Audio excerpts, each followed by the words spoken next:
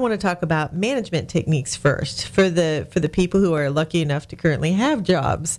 There's an article that came out in the New York Times in March 23, so just back on Friday, and it's called "Praise is Fleeting, but Brickbats We Recall." What it says in here is that the classic management technique, which I have always used, I've used it so much, it's in my blood. It's a part of even how I raised my kids, that this classic management technique does not work. There's an old This isn't hitting people with brick bats. This is. Oh, no, it's just children. No, I'm kidding. Nobody gets hit with brick bats. Nobody. No, but a very good question indeed. No, this is about something called the praise sandwich, I think is what they call it. Let me see here. They called it something that I never knew it was called before, but, the criticism sandwich. Because... Big difference. Yeah. What it is that you sandwich your criticism between praise. So you come up to the employee or to the child and say, I really, really love the fact that you enjoy red so much. And I understand that you like coloring with red. However, coloring on the walls in red is not a good idea, honey. That is a no-no. We do not color on the walls in red. However, I love you very much. You're a wonderful kid. Let's not color on the walls in red again, okay? That's a little wishy-washy, right? It probably doesn't get the point across as much. Right. What they say is, with employees at least, and I'm assuming with children too, that research has shown that how the brain processed criticism, that we remembered much more after we heard disapproving remarks than before, belied the effectiveness of a well-worn management tool known as the criticism sandwich. That is, offering someone a few words of praise, then getting to the meat of the problem, and finally adding a few more words of praise.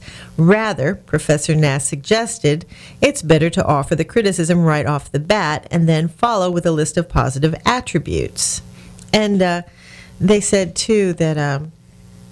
this is interesting because perhaps the very fact that we tend to praise our children when they're young too much and for far too many meaningless things, I would argue, means they don't get the opportunity to build up a resilience when they do receive negative feedback. So people can sometimes be overly sensitive to negative feedback, but it's important. You have to be able to present it.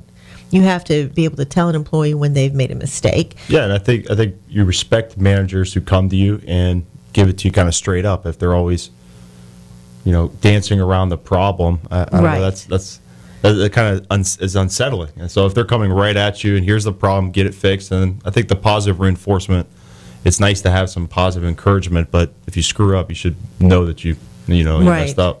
Right, and I still think that there are ways to say somebody's messed up without being harsh, but apparently here you need to at least say what the negative is first. Just reversing the order. The order seems to actually be more effective. Okay. Yeah, which is a hard pill for me to swallow because it's such a habit for me now. I don't know if I'd be able to do that.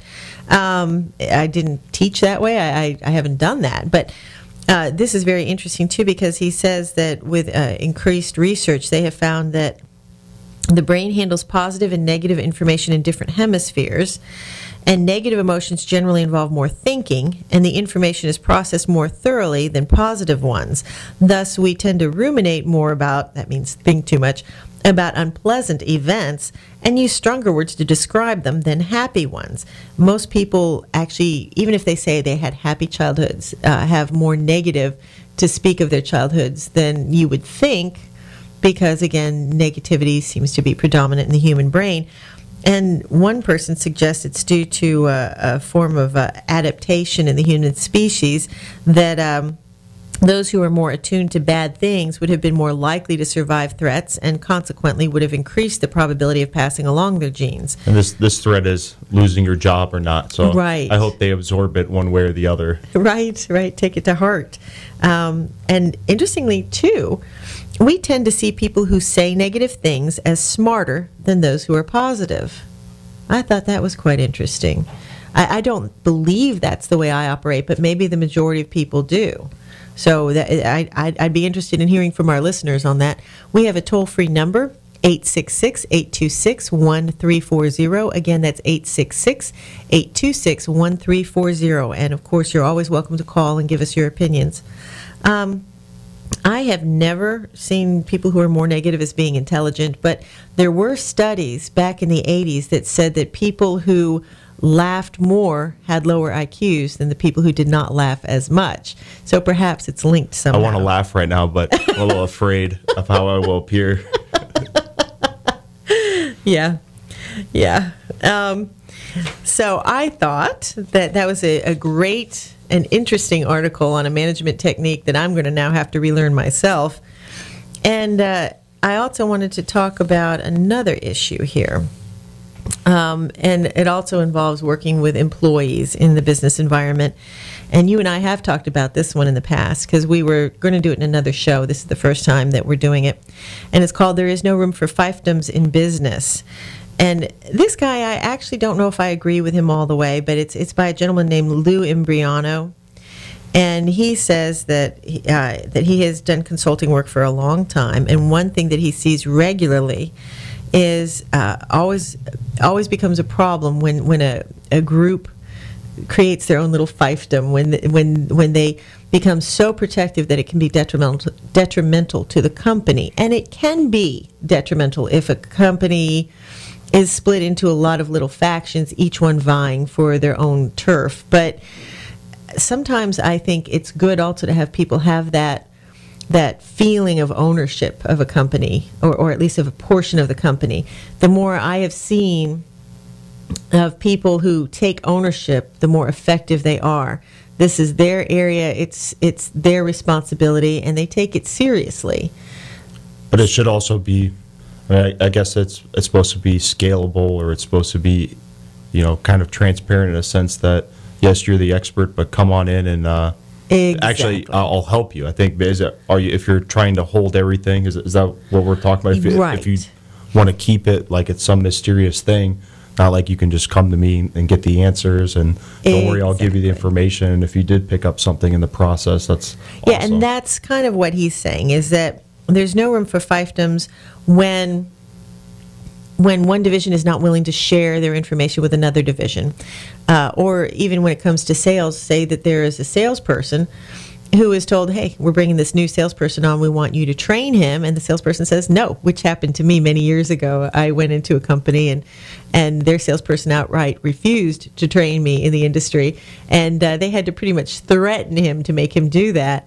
And in the end, he and I ended up becoming very good friends. And then you ended up managing him, right? Is that why he was scared in the first place? Well, in the end, he did leave, and I took over the entire position. But that was his choice. It wasn't because of anything that was unpleasant that was happening. He had decided to move to another state.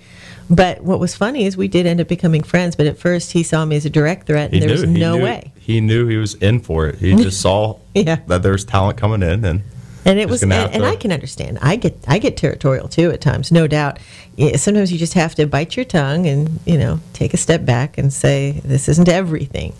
One thing he says here, though, that I don't agree with is when you hear things are just fine the way they are, or that standard method of operating, or don't change things if they're not broken, it's a clear sign of trouble. I don't agree. I think sometimes things do work properly, and I've seen companies where where either another company has bought them out, or they have a new boss, and all of a sudden this new company or this new boss wants to change everything around just because they're the new company or the new boss.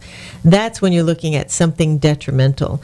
And a lot of times the new company or the new boss don't understand that the old culture is there for a purpose, and that if it is functioning well, perhaps you should leave it alone.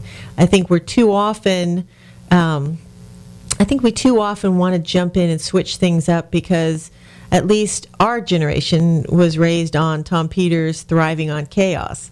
So we're all taught now that the only thing certain is change, roll with it, adapt. I think if you come in there and do nothing, although sometimes doing nothing is the right thing to do.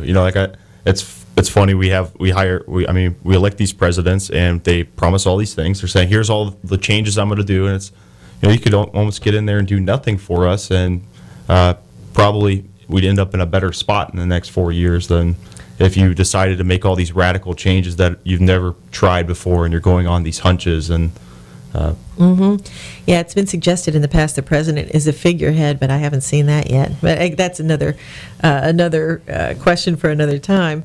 But yeah, I agree that a lot of times, sometimes we're better served if they leave things status quo.